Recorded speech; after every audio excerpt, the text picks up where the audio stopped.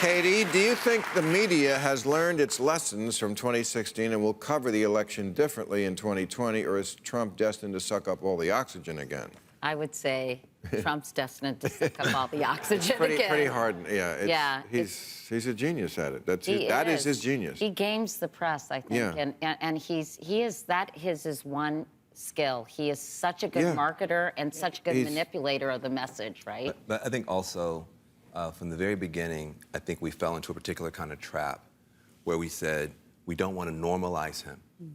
So anything he does, it's outside the norm, we're going to react to aggressively. Well, he loves that. So he knows now that we're going to respond.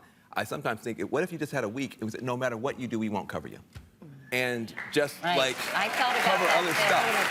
And see, I mean, it couldn't work any worse. He thinks all attention's good attention, but I think that media outlets have to make a concerted effort not to fall into that trap. The problem is something called the most popular list, because the moment you have a title that says Trump whatever, it is going to pop. The more outrageous, the more. If I write a column about the oppression of Uyghurs in Western China, you're talking about 1 million people in gulags, but people aren't going to care. If it's Trump's latest bad tweet, it will pop. And so some kind of self-discipline is required by journalists. Exactly what you said, a week of a Trump kind of purge. But outrage on both sides sells, and that's why both sides does it. They manufacture it when it doesn't probably exist. Keep trying to do worse and worse and worse things until he finally gets that attention. But I agree, it's hard every single day to figure out what you do and don't respond to, because some of the things are really horrible. And,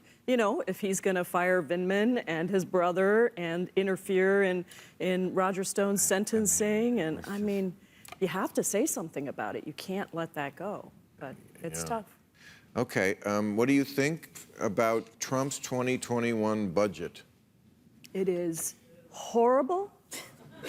He is a liar. He goes into the State of the Union and says, I'm not touching your Medicare, I'm not touching your Social Security, I'm going to invest in education. And then he comes out with a budget that cuts Medicare, cuts Social Security. Donald Trump, and takes money from the Pentagon. Takes money from the Pentagon for the wall, which now, by the way, remember when Mexico was going to pay for the wall? No, I mean, Mexico is definitely not paying for this wall. It is the American taxpayer. His fans have goldfish memory. They really do. I hate to say it, but like goldfish, they say they go around the thing and they see the little palm tree every time they go, hey, look, a palm tree. And his fans are like, Mexico will pay for the... What? No. I never said that. He's amazing the way he can pull that off. Bret, were you surprised to see Rush Limbaugh make derogatory remarks about Pete Buttigieg kissing his husband so soon after receiving his Presidential Medal of Freedom? No.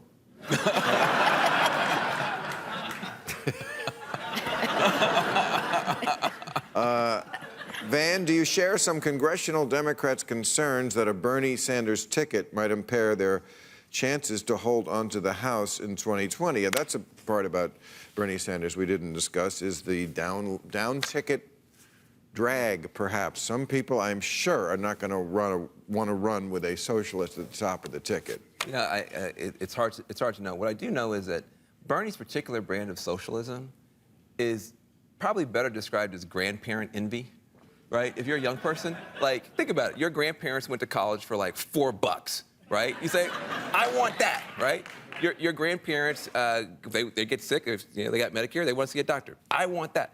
Like, it's not the socialism that we remember from the 70s where, like, you want to nationalize everything. It's literally just young people want what their grandparents have. I wish you would just call it that.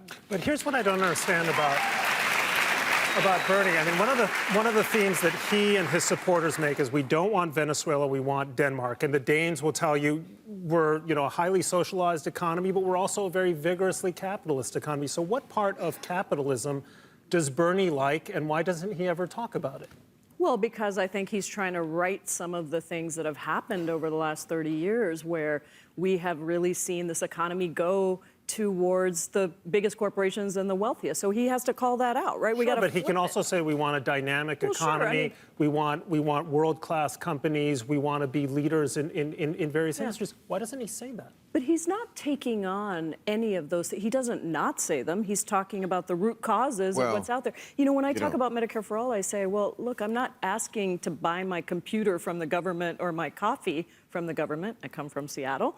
But I do want my health insurance guaranteed and paid for by the government. And I think that is a distinction that's really important to make. But you have to understand how threatening he is, because you have been reading for quite a while and you do not like Donald Trump.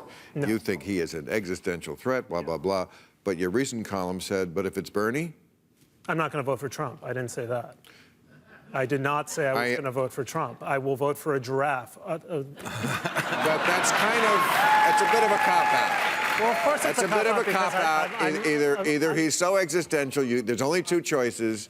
That's, I'm going to write in Mickey Mouse. Okay, then. I mean, look, in terms of my vote, I live in New York. Of course Bernie Sanders is going to be the... So you would vote for him if it was Trump or if it was Bernie?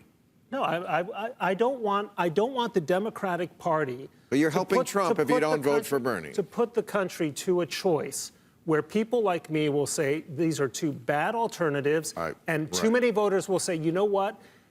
It's like the Meatloaf song when it comes to Bernie Sanders, like, I will do anything for love, but I won't do that. But that is Bernie Sanders for most Americans. But you know what? I don't know that that's true. I mean, we have gone the same route of putting up somebody who is much more moderate, who plays to independent voters, you know, a tiny slice in the middle, and here we are with Donald Trump. I mean, you got, you know, Jim Messina saying in 2016, I wake up every morning and I drop to my knees and pray, God, give me Donald Trump. That is the arrogance of the Democratic Party sometimes, to think that everybody is just going to come out and he work. wanted to run against him. He wanted Donald Trump. Correct. He wanted Donald Trump to be there because he was sure that Hillary Clinton would beat Donald Trump. So, you know, there are probably a lot of people who are saying, you put some, you know, a Bloomberg, some person up there, I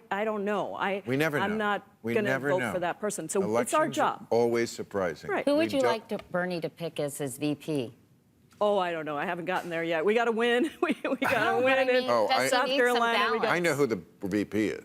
Who? Stacey Abrams is definitely the VP. Her phone is probably ringing off. Everybody wants Stacey. I mean, Stacey is amazing. She's a dear friend. And they need to make up she's a fabulous politician, and you know, I think she would be a fantastic vice president and hopefully president someday. Agreed. Okay.